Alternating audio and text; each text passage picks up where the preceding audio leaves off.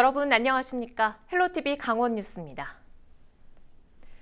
코로나19 확산을 막기 위한 거리두기 강화로 요즘 대부분 사적인 모임을 자제하는 분위기죠.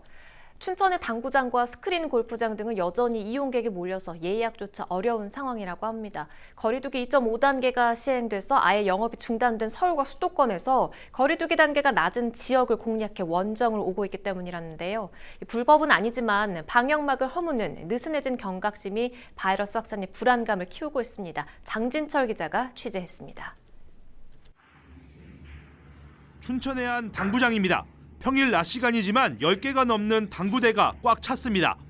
다행히 모두 마스크를 착용하고 있지만 적게는 2명, 많게는 4명씩 짝을 이뤄 5인 이상 집합 금지 명령을 위태롭게 하고 있습니다. 출입 명부를 봤더니 대부분이 서울과 경기 수도권 사람들입니다. 거리두기 2.5단계가 시행 중인 서울과 수도권에서 당구장 운영이 금지돼 가까운 춘천으로 원정을 온 겁니다. 스크린 골프장도 상황은 마찬가지. 이른 아침부터 운영 가능 시간인 밤 9시 전까지 당일 예약은 대부분 불가능합니다. 적어도 2, 3일 전에 예약을 해야 이용할 수 있습니다. 혹시나 하는 마음에 서울과 수도권에서 걸려오는 예약 전화를 아예 받지 않는 곳도 있습니다. 문의 전화가 상당히 많이 와요. 그래서 저희 같은 경우는 워낙 단골 손님들도 많으셔서 그분들 우선으로 좀 이렇게 하기 위해서 되도록이면 모르는 번호는 거의 전화를 받지 않고 있거든요. 방역망을 피해 수도권 사람들이 지역으로 몰려오고 있지만 제지할 방법은 없습니다. 사회적 거리두기 단계에 맞는 방역 수칙만 준수하면 불법이 아니기 때문입니다. 내려오는 사람은 뭐 막을 방법은 없지 않을까? 그 방법이라고는 서울보다 사회적 거리두기 격상을 하면 되는데 방역을 더 열심히 하는 수밖에 없지 뭐. 방역하고 표면 소독하고. 상황이 이렇자 지역 방역당국은 실내 체육시설에 대한 점검을 강화했습니다. 시설 방문 횟수를 늘리고 방역 수칙 준수 여부를 좀 더 촘촘히 살펴보고 있습니다.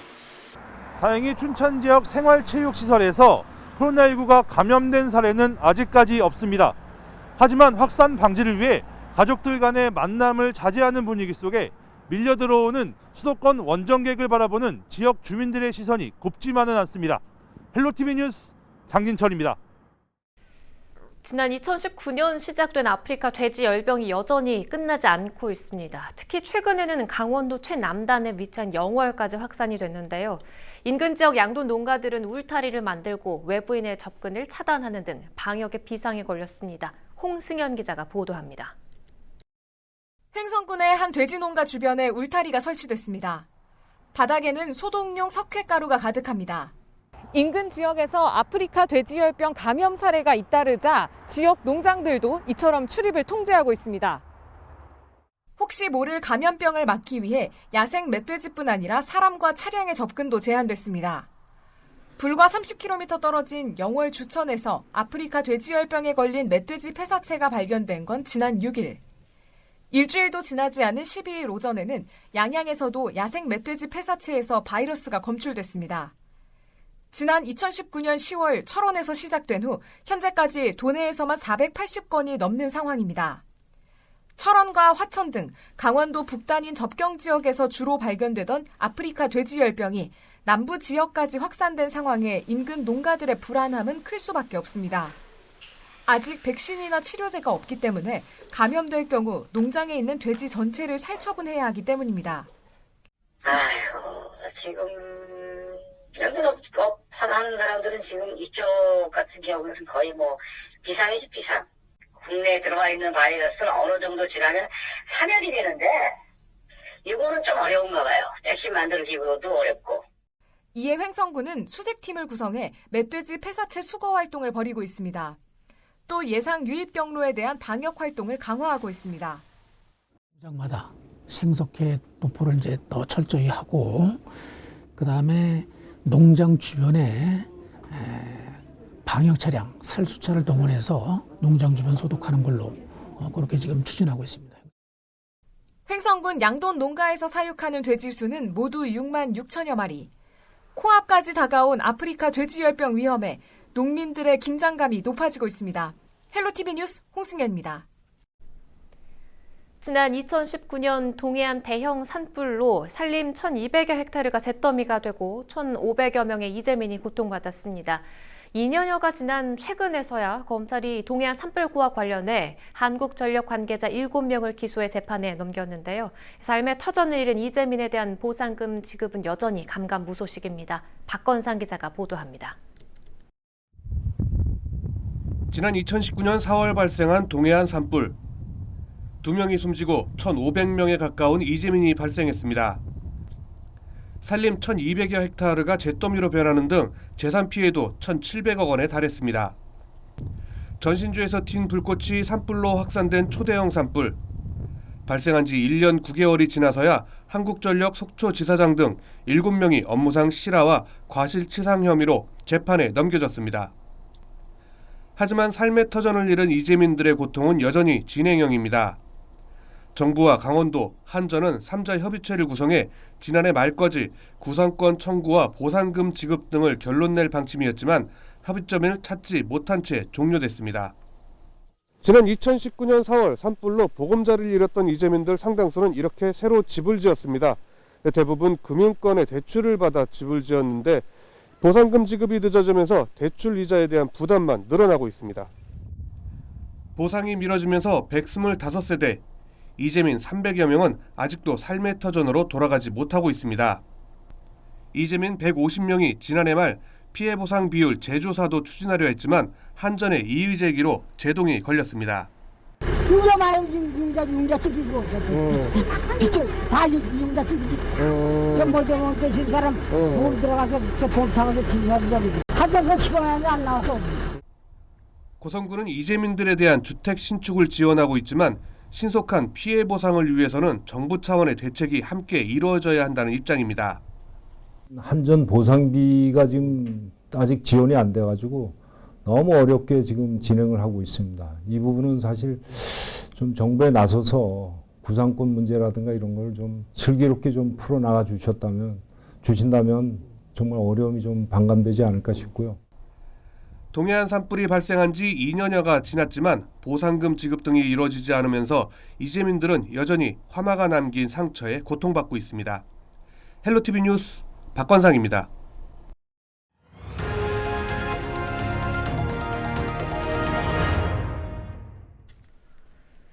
요즘 졸업식이 취소되거나 비대면으로 전환되면서 특수를 기대하던 화해업계가 울상을 짓고 있습니다. 추운 날씨에 생산비 부담은 가중되고 있는데 코로나19로 2년째 해외 수출 등의 판로가 막혀있기 때문인데요.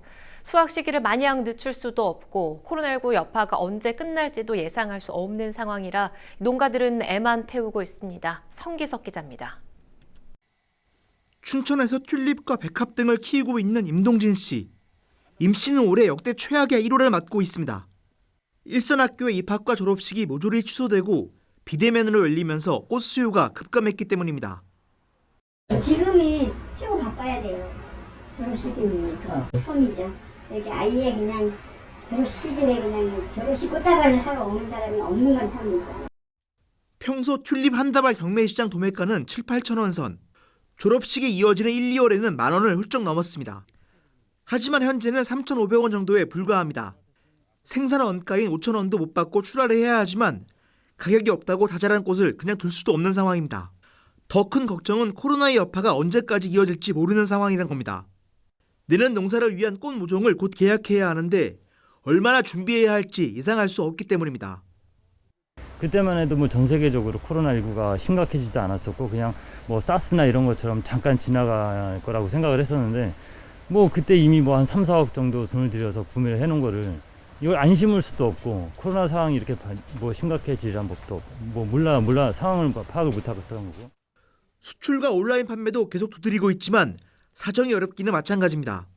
수요 자체가 줄면서 가격이 급락해 팔아도 손에 남는 게 거의 없습니다.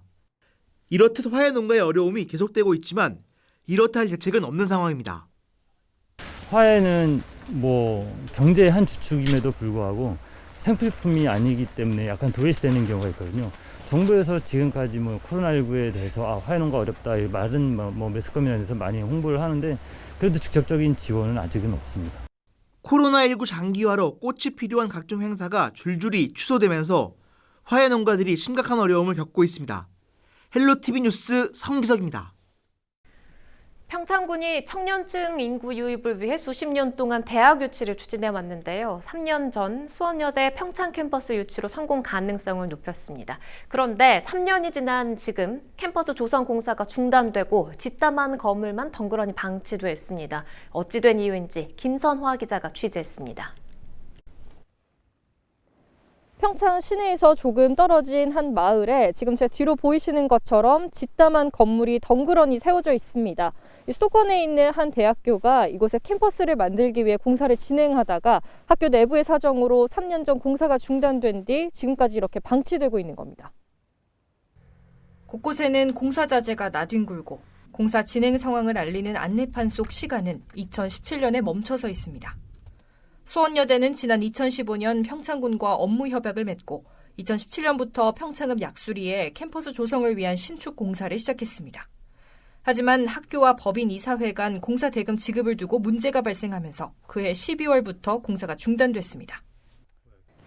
건물 안으로 들어와 봤습니다. 공사는 90% 가까이 진행돼서 시설들이 대부분 갖춰진 상태인데요.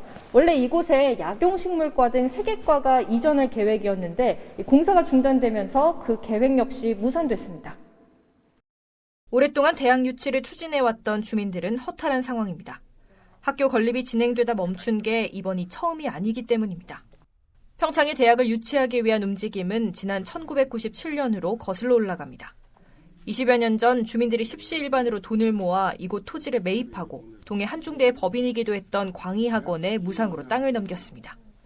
하지만 광희학원이 재정난을 겪으며 사업이 표류됐고 이를 수원여대가 넘겨받아 지금의 상황까지 왔습니다.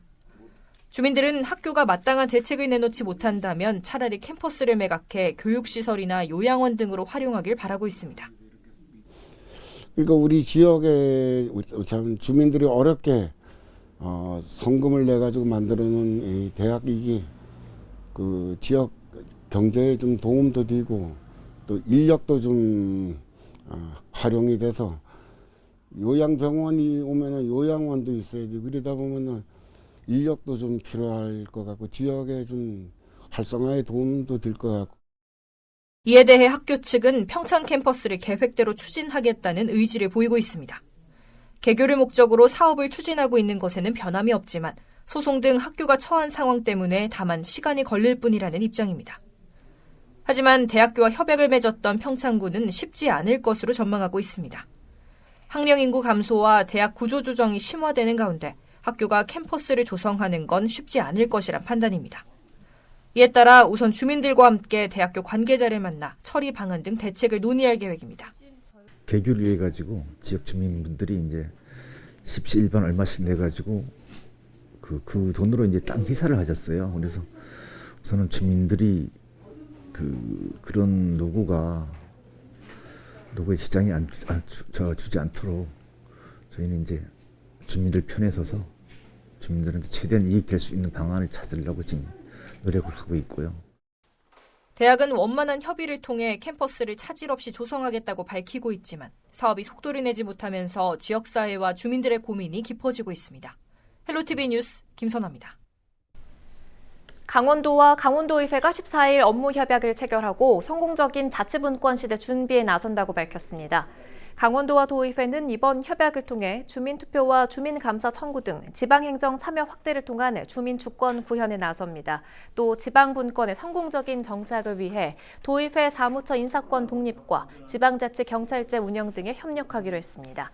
이와 함께 강원도는 운영 독립준비팀을 구성하고 정책 자문 인력 증가와 의회 청사 공간 확보 등에 나설 계획입니다. 하이원 스키장이 국내 최초 알파인 국가대표 전용 훈련장으로 선정됐습니다.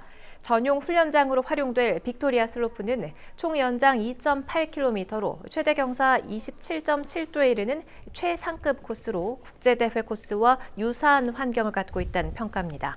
선수단은 앞으로 국가대표 합숙훈련 방역 지침을 준수해 벨리 스키하우스 일대에서 합숙훈련도 진행할 예정입니다.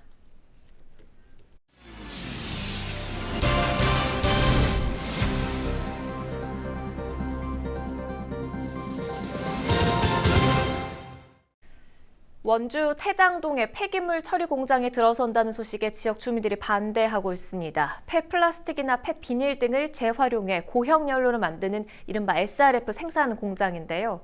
주민들은 많은 양의 폐기물이 반입되는 만큼 악취와 유해물질 발생을 우려하며 공장 설립을 막겠다고 나섰는데 업체 측은 여과 시설을 갖춰 문제가 없다는 입장입니다. 이다혜 기자가 취재했습니다.